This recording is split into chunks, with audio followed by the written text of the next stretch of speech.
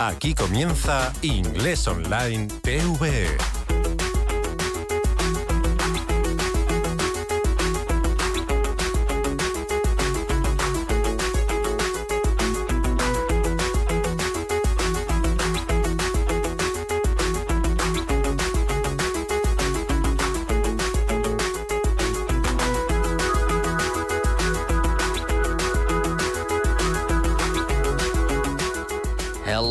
Hello, everybody, and welcome to the program Inglés Online TVE. Yes, Inglés Online TVE. Maybe I should move this microphone down a little bit more so I'm not covering my face because you can see me. Hello, can you see me? Yeah, we're on YouTube, everybody. You can join the party.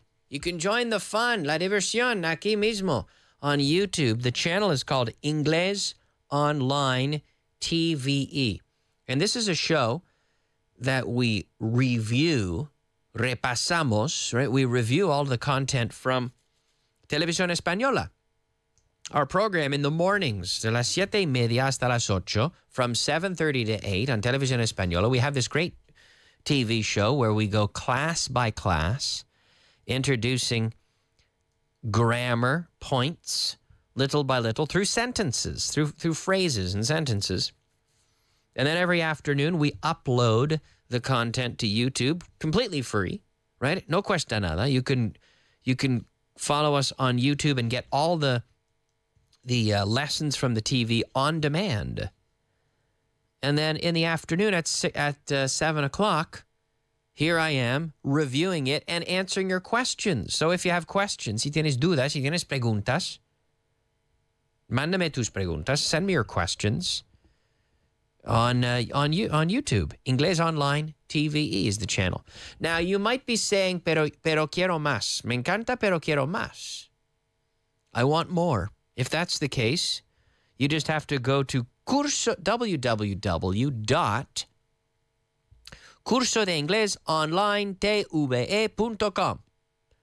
Cursodeinglesontve.com. And you can sign in and you can set up you can register and you can follow the course at your own pace from home with a teacher there to help you, your own little very nice online portal, and follow the content.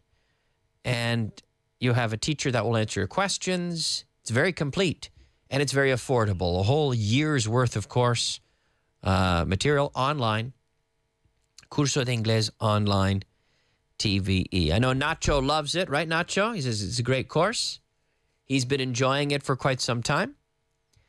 And, yeah, you can connect and you can enjoy it. It's a great course. Curso de Inglés Online TVE.com. Anyway, we're going to get things started, everybody. Ask me questions. Mándame tus preguntas. Nobody's saying anything yet. I don't know why. Normally we have a flood of people. So join me and say hello in the chat. Ask me any questions you may have. Let's get things started with today's beginner content. Nivel básico.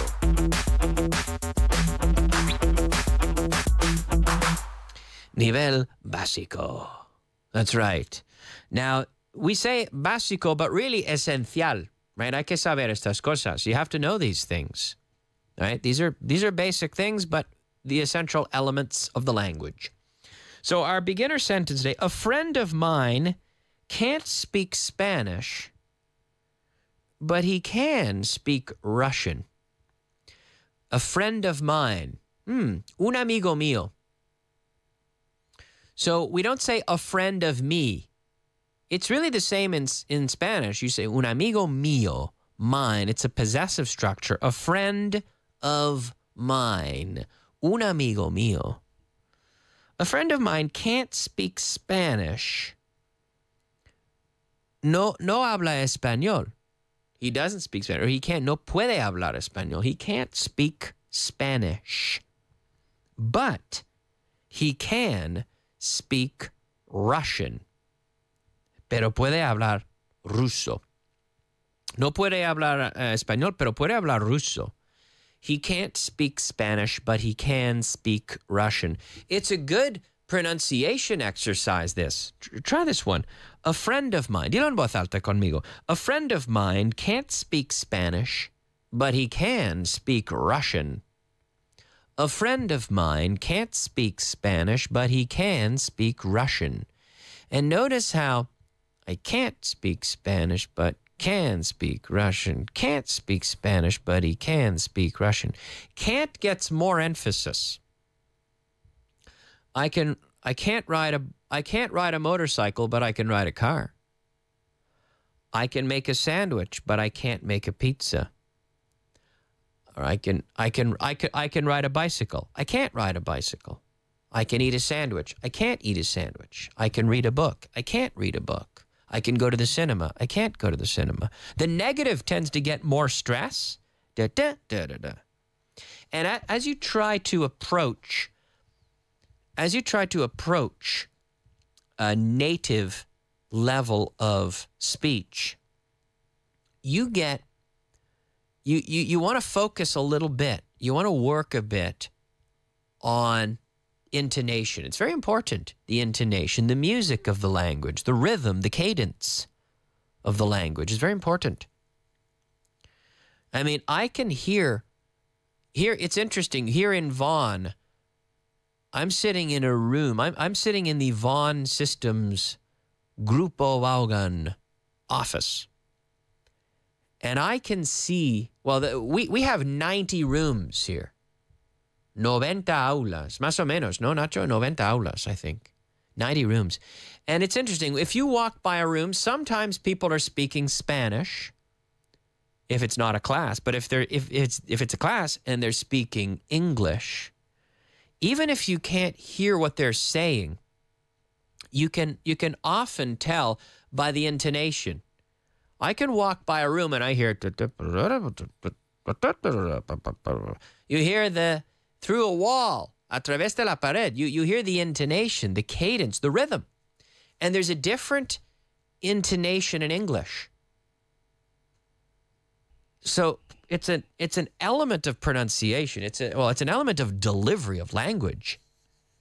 That's very important. So it's good to work on this. A friend of mine can't speak Spanish, but he can speak Russian. Or he can't speak Spanish, but he can speak Russian. I can't drive a bike. I can drive a bike. Well, actually, we would normally say, I can drive a bike. I can't drive a bike. Normally, we'd put the emphasis, the stress on the can't, on the negative, okay? Most commonly, okay? I can go to the cinema. I can't go to the cinema.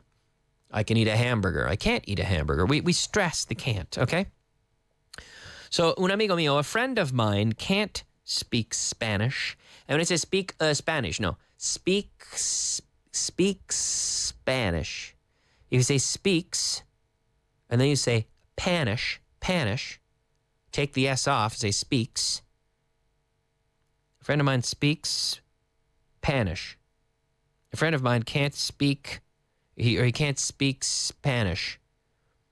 My brother can't speak Spanish. We don't say speak Spanish, no.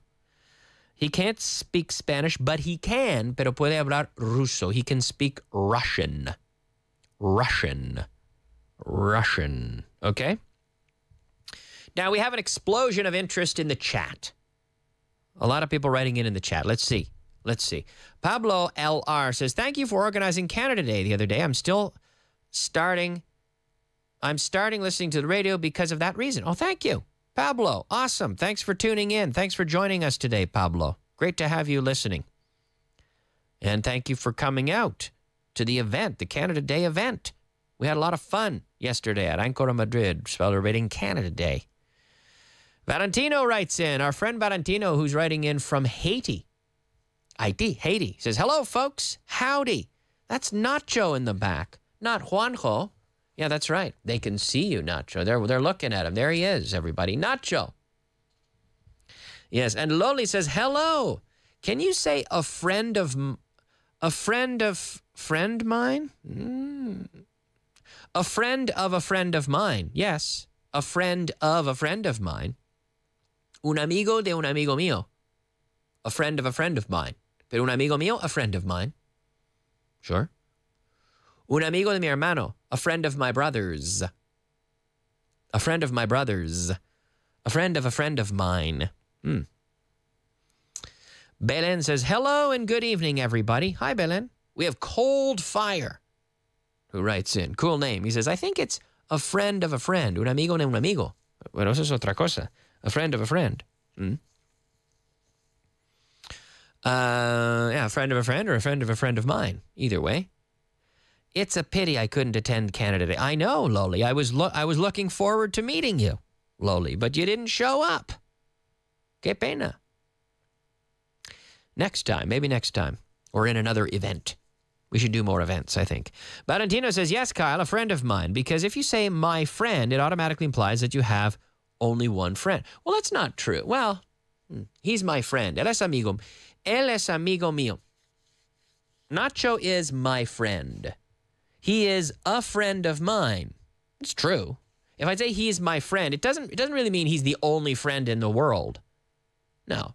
Él es amigo mío. He's a friend of mine.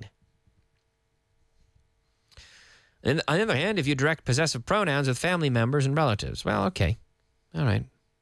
I think we're over-analyzing a little bit.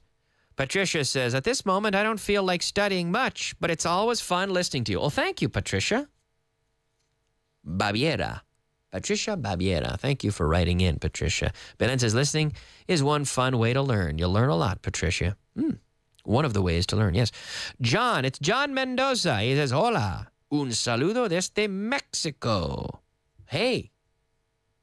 Mexico. Nacho, do we have a Mexican greeting for our Mexican friends? We have the little grito mexicano, no? Sometimes we play it. I don't know if John Mendoza would appreciate it or not, but we could. We could play it. Anyway, Patricia writes in and says, thanks, Belen. So, yeah, it's nice to have so many international people listening. Do you have our little Mexican greeting? Here we go. There we go. That's because to all our friends in Mexico tuning in. That's right. All right. It's good to know that we have people listening all around the world. Yes. Okay. So the sentence today, a friend of mine can't speak Spanish, but he can speak Russian. John Mendoza, he got a kick out of it. We mean it in good fun, right? You know, we're just having fun here. Okay. A friend of mine can't speak Spanish, but he can speak Russian. That was a sentence. All right. Let's push on and take a look at today's intermediate content. Nivel intermedio. All right. Nivel intermedio. Okay, estamos. Intermediate, everybody. Intermediate level. This time last year, Matt was on sick leave.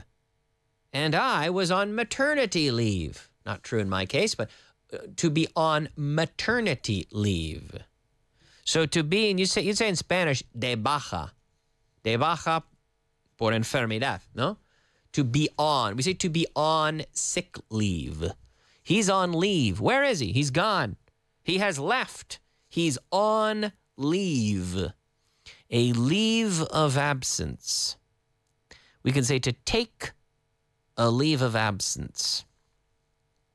To go, to be away, to go away, to leave the company temporarily on a leave of absence. Now, this time last year, en ese momento, en estas fechas, a estas alturas del año pasado, right, at this time, or this time last year, Matt was on sick leave. Estaba de baja por enfermedad. He was on, to be on. He was on sick leave. Matt was on sick leave. And yo era debajo de maternidad. Not grammatically, not true, but would you say that, Nacho? Yo era debajo de maternidad. No? He says, not just says no, Kyle. You're messing it up. Giri style. But anyway, how would we say that in Spanish then? I was on maternity leave. Yo estaba, ¿no? De baja maternal. O baja por maternidad. Yeah, there we go. Thank you. Thank you, Nacho. So we say to be on maternity leave. And you could have paternity leave, maternity leave, and sick leave. Or, other types of leave. I don't know, stress leave or whatever, right? This time last year, I was, actually I was here hosting the show. This time last week, I was here as well. But this time next week, I'll be on the beach. No, that's not true, though. I'll be here this time next week. This time next month, I probably won't be here because we'll be on holiday. This time next month, I'll be on holiday. I'll be off. So this time last year, Matt was on sick leave and I was on maternity leave. Yes, I was on maternity leave. Okay, people are writing in. Everybody. Valentina says, hey, my Mexican friend, howdy. The Mexican team fell through today. Brazil is on to the quarterfinal. Yeah. Brazil's moving on. Did you know that, Nacho? Brazil advancing. So is Mexico out? I didn't follow it today. So Mexico's gone. I was kind of rooting for Mexico. I thought, that was a cool team. I like that Mexican team. Anyway, so sorry to hear that to John Mendoza and all the Mexicans. I'm sorry to hear that the team is out. But Spain, of course, knocked off as well. Anyway, let's see. So Belen says to be on maternity leave or to be on a sick leave. De baja por maternidad. There we go. Thank you, Belen. And Cold Fire. He says, baja por maternidad? You're welcome. Yeah. Well, thank you. Belen says to be on paternity leave or baja por paternidad. Yes. John says, yes, Valentino, I'm sick with those results. Yeah, he says when that's results, but with the result. I'm sick of the result. He wasn't happy. And Belen says, result, John, not results, but yeah, the result. True. Belen is always there to help out. So we have a nice community in our chat. A nice group of people participating in the chat. And you can join in the fun as well, everybody. We're on YouTube today. Inglés Online TVE is the channel. Join in on the fun. Okay? So the sentence today, the intermediate sentence. This time last year, Matt was on sick leave and I was on maternity leave. Okay, let's go ahead, everybody, with today's advanced content. Nivel avanzado. That's right, nivel avanzado. Here we are. I dusted and polished the living room. He said he'd dusted and polished the living room. Ooh, so here we have reported speech, everybody. So, to dust, yes, como quitar los polvos, ¿no? You have a duster. You have a little, like with the feathers, right? You say un plumero, feather duster. Removing the dust. You're dusting. We have a verb, right? To dust. He dusted and polished, which is like sacar el brillo. To polish. Alejandro says, hi from Mexico. We have a new president. That's true. You do have a new president. Big day in Mexico. They're out of the World Cup, but they got a new president. Right? So big day in Mexico. Lots going on. Hello to Alejandro and all our Mexican friends out there today. Meeting up together on the Vaughan Radio Inglés Online TVE chat. I dusted and polished the living room. Now, I wouldn't really say to polish the room. That'd be a lot of work, polishing a whole room. But you can polish like the mirror, el espejo, no? You and you polish the mirror, polish the glass, polish the window. I dusted and polished the living room, el salón. I dusted and polished. Now, Belen says, what do you prefer, to dust or to polish, Kyle? I mean, I don't love doing either of them, but I guess polishing, polishing mirrors, I guess, isn't bad. It's all right, you know. What do you like? Do you like polishing mirrors, Nacho? He says, me encanta. I love it. I love polishing mirrors, he said. Yeah, exactly. Exactly. Okay, I dusted and polished the living room, he said. Now, he said he had dusted and polished the living room. So here we have reported speech. This is very interesting. I'm having lunch at home. What are you doing, Kyle? I'm having lunch at home. Kyle said he was, look at Nacho, he's polishing his glasses, everybody. He's polishing his glasses. There he is, polishing. You see that? Can you see that through the camera? He's polishing his glasses, right? So you take it off, right? And I rub it like this, polishing. Much better. Oh, I can see you much better. We both were polishing our glasses. And you can see it if you're following in the live stream. Anyway, we have here reported speech. I'm polishing my glasses. Kyle said he was polishing his glasses. So we go back one step in tense. He said, and then we go back one step in tense. Right? So if you're speaking in the present, what are you doing? I'm polishing my glasses. Kyle said he was polishing his glasses. So this we call it reported speech. So if you think of the way the newspaper writes, right? You're documenting something in the past. You're documenting something to be read in the future at any point. So you could be reading this in 5 minutes' time, or you could be reading this 100 years from now. It becomes timeless.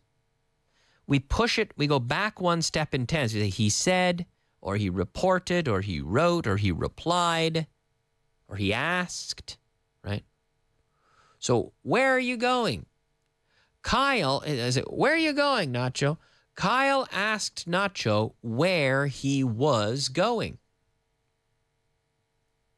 So in the present, we go back to the simple past. Now, if it's in the past and I say, Nacho, what did you have for lunch? What did you have for lunch? So Kyle asked Nacho what he had for lunch. We use the past perfect there, the past perfect tense, because we need a tense. We're already in the past, and we need to go back before it, right? We're asking in the past, or we're talking about an event in the past, and to report it, we need to go back one step more. So that's why we use the past perfect. Okay? So we could say, I love drinking lemonade. I love drinking lemonade. Kyle said that he loved drinking lemonade. Now, I drank a lot of lemonade yesterday. Kyle said that he had drunk a lot of lemonade yesterday. Kyle said that he had drunk a lot of lemonade yesterday. Okay, so we're going back an extra step. I dusted and polished the living room. He said that he had dusted and polished the living room. There you go. Okay, so that's how the reported speech works. Okay, a lot of people are writing in. Let's see. Pablo says, when should I use arrive in and arrive at? To arrive, I'm arriving to London. I'm arriving in the airport, into the airport. Yeah.